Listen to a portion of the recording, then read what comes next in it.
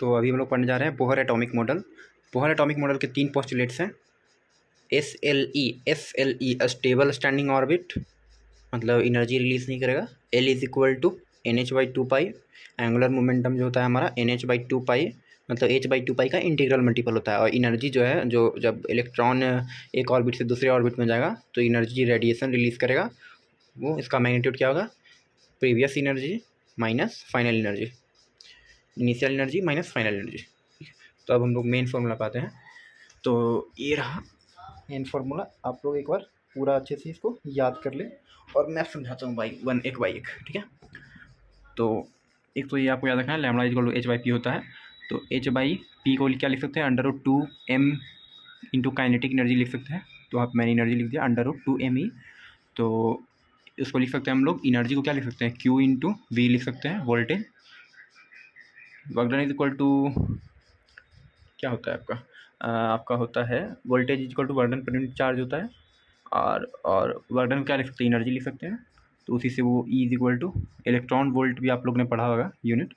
तो एनर्जी को Q into we लिख सकते हैं, चार्ज इंटू वोल्टेज।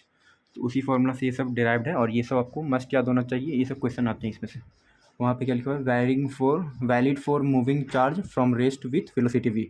अब हम लोग के लिए इलेक्ट्रॉन के लिए लैम्बडा का क्या आपको फॉर्मूला क्या रखना है, 12.27 by under root electron volt, मतलब energy under root energy angstrom में आएगा। जो भी हमारा लैम्बडा का वैल्यू आएगा वेवलेंथ का, वो एंगस्ट्रॉन्ग यूनिट में आएगा। मीटर में करना है तो 10⁻⁻10 से मल्टीप्लाई कर दें तो मीटर हो जाएगा।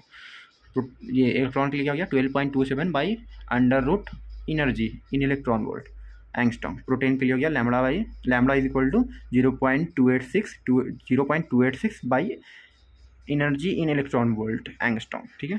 फिर ड्यूट्रॉन के लिए क्या हो गया, ड्यूट्रॉन क्या होता है आपका, 2 प्रोटॉन। तो आपका ये हो गया lambda is equal to 0.202 by electron volt angstrom. तो अल्फा पार्टिकल के लिए lambda is equal to 0.101 by under root electron volt angstrom. Neutron के लिए lambda is equal to 0.286 angstrom by energy in electron volt.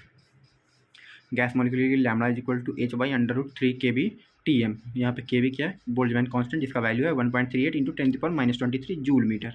ये आप लिखा सकते हैं जूल मीटर नहीं, जूल पर केल्विन। तो जूल पर केल्विन आप यूनिट कैसे लिखा सकते हैं बोल्ट्जमैन कांस्टेंट का, यहाँ ये formula PV is equal to NKBT।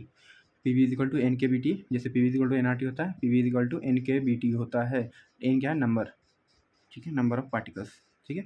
और T आपका क्या है, टेम्परेचर, KB क्या है, बोल्ट्जमैन कांस्टेंट। तो यहाँ पर उससे आप देख सकते हैं lambda is equal to gas molecule क्या है, H by under root 3 kB TM। Energy तो आप जानते ही हैं क्या होता है उसका, होता है आपका हाफ के बी टी होता है ना, हाँ, फ्रीक्वेंसी इंटू मतलब FKBT/2, FKBT/2 होता है। F यहाँ पे क्या है आपका 3 है, तो ठीक है। और ये H is equal to, H का वैल्यू आप याद रखिए, यहाँ पुट करने में आपको काम देगा 6.626 इंटू 10⁻34। और B ये तो आपका दूसरे चैप्टर का है, ठीक है, ये आपको मेनली याद रखना है। अब वेलोसिटी nth ऑर्बिट में क्या है आपका, C/137 इंटू Z/n मीटर पर सेकेंड। यूनिट आपको याद रखना है, सबका अलग अलग यूनिट रहेगा।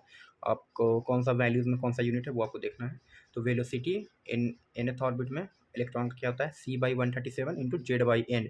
जेड क्या है आपका, एटॉमिक नंबर है, और n क्या है आपका, nth ऑर्बिट है, कौन से ऑर्बिट में है, ठीक है। तो इसका क्या होता है, इसका इज इक्वल टू, हाँ ये भी देख लीजिए कि अगर मीटर पर सेकंड में पूछा है तो C/c क्या है आपका, स्पीड ऑफ लाइट है, जो कि क्या होता है 3 × 10⁸ मीटर पर सेकंड होता है। तो C/137 इंटू Z/n, जब इसको हम लोग C को हटाएंगे यहाँ पर से, तो ये क्या वैल्यूज आ जाएगा हमारा 2.18 into 10⁸ Z/n centimetre per second. और Rn का वैल्यू क्या होगा, 0.53 इंटू n² एंगस्ट्रॉन्ग। Rn का वैल्यू क्या है, 0.53 या 0.529 into n² angstrom, 1 angstrom -10 metre.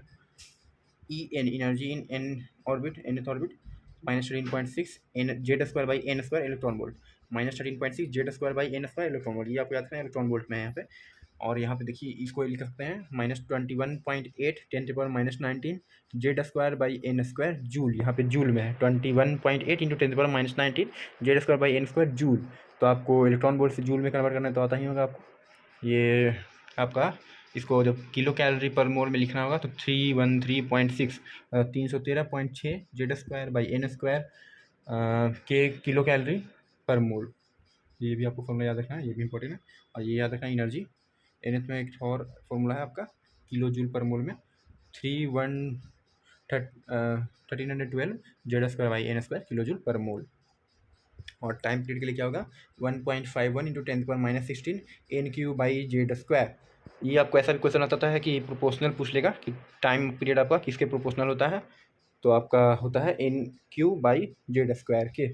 Okay.